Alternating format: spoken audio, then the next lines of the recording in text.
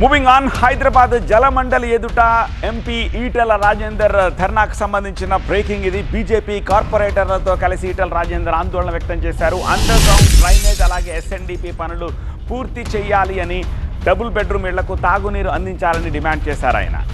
దీనికి సంబంధించిన మరింత సమాచారం మా సీనియర్ కరెస్పాండెంట్ విద్యాసాగర్ అందిస్తారు. బీజేపీ కార్పొరేటర్లతో చేస్తున్నటువంటి ధర్నాకు ఎంపీ ఈటెల రాజేందర్ మద్దతు పలికారు. ప్రస్తుతం హైదరాబాద్లో నెలకొన్నటువంటి సమస్యలపైన ఆయన ధర్నా చేస్తున్నటువంటి పరిస్థితి. సో ఎంపీ ఈటెల రాజేందర్ ఆయనతో మాట్లాడారు. సార్, ప్రస్తుతం ఉన్నటువంటి సిచ్యువేషన్లో ధర్నా చేయాల్సిన సిచ్యువేషన్ ఎట్లా వచ్చింది, నగరంలో ఎట్లాంటి పరిస్థితి ఇప్పుడు నెలకొందని చెప్తాం. కొత్త ప్రభుత్వం వచ్చి సంవత్సరం గడిచిపోయింది. గౌరవ కార్పొరేటర్లు వందల సార్లు జలమండలికి అయ్యా మా రోడ్డు మీద మురికి నీళ్ళు పారుతూ ఉన్నాయి, మా మురికి కాలువలు సరిపోతలేవు, మా పైప్ లైన్లు సరిపోక అవి పగిలిపోతూ ఉన్నాయి, తాగే నీళ్ళకు కూడా పైప్ లైన్లు వేయడానికి రూపాయలు లేదంటున్నారు, కొత్త శివారు ప్రాంతాలకు కావచ్చు బస్తీలకు కావచ్చు బాగా ఇబ్బంది ఉందని చెప్పి ఎంత మొరబెట్టుకున్న సమస్య పరిష్కారం చేయకపోగా వాళ్ళు 5 రూపాయల బిల్లు కూడా లేదు, మీరు కాంట్రిబ్యూషన్ కడితే తప్ప, మీరు పైప్ లైన్లు తెచ్చుకుంటే పైపులు వేసుకుంటే తప్ప మేము కనెక్షన్ చేయలేమనేటువంటి నిస్సహాయత వ్యక్తం చేసింది. కాబట్టి మా కార్పొరేటర్ తోడుగా మేము ఇక్కడ వచ్చి ధర్నా చేస్తూ ఉన్నాం. రేపు కనుక ప్రభుత్వం స్పందించకపోతే, నాన్చుడు ధోరణి ఈ ముద్దు నిద్రపోతే వేలాది మందితో జలమండలి చుట్టుముట్టే ప్రయత్నం చేస్తాం. సమస్య పరిష్కారం అయ్యేంత వరకు ఈ ప్రభుత్వం మీద ఉద్యమం చేస్తాం.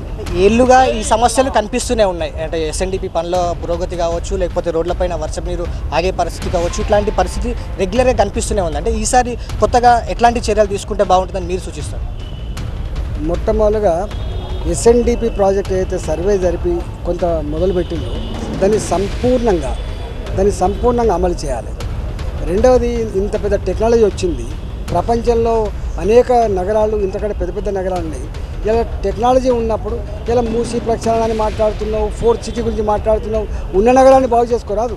దీనికి 5,000 కోట్ల 10,000 కోట్ల పెట్టి ఈ వర్షాలు వచ్చినప్పుడు నగరం మునిగిపోకుండా ఉండేటువంటి వ్యవస్థను ఏర్పాటు చేయాల్సిన బాధ్యత ప్రభుత్వం మీద ఉంది. గతంలో కేసీఆర్ గారు కూడా విశ్వనగరం అంటే గిట్టే ఉంటుందా, గవర్నర్ గారి ఇంటి ముందే కార్లు పడవల్లా తేలాడతాయని చెప్పి ప్రగల్భాలు పలికిండు, కానీ సమస్య పరిష్కారం కాలేదు. అంటే ఇప్పటికిప్పుడు వీళ్ళు లేదో 1,000 కోట్ల రూపాయలు ఖర్చు పెట్టి కొత్త కాలువలు నిర్మాణం చేస్తారు, కొత్త పైప్ లైన్లు వేస్తారన్న నమ్మకం లేదు. కానీ ఉన్న పైప్ లైన్లు ఉన్న కాలువలు మరమ్మతు చేసి కొంత ఎప్పటికప్పుడు చౌక్ కాకుండా నిల్వ లేకుండా బయటికి పంపించే ప్రయత్నం చేయాలి.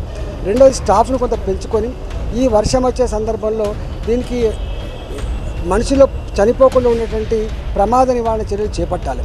మూడవది, కొన్ని మిషన్లు కూడా పెట్టాలి. దీంట్లో హై టెక్నాలజీ మిషన్లు వచ్చినాయి, మిషన్లు పెట్టుకొని ఈ వర్షాకాలం ఈ సమస్యను ట్యాకిల్ చేసుకొని వచ్చే వర్షాకాలం నాటికి ఈ సమస్య శాశ్వత పరిష్కారం కోసం చర్యలు చేపట్టాలని చెప్పి కోరుతున్నాం.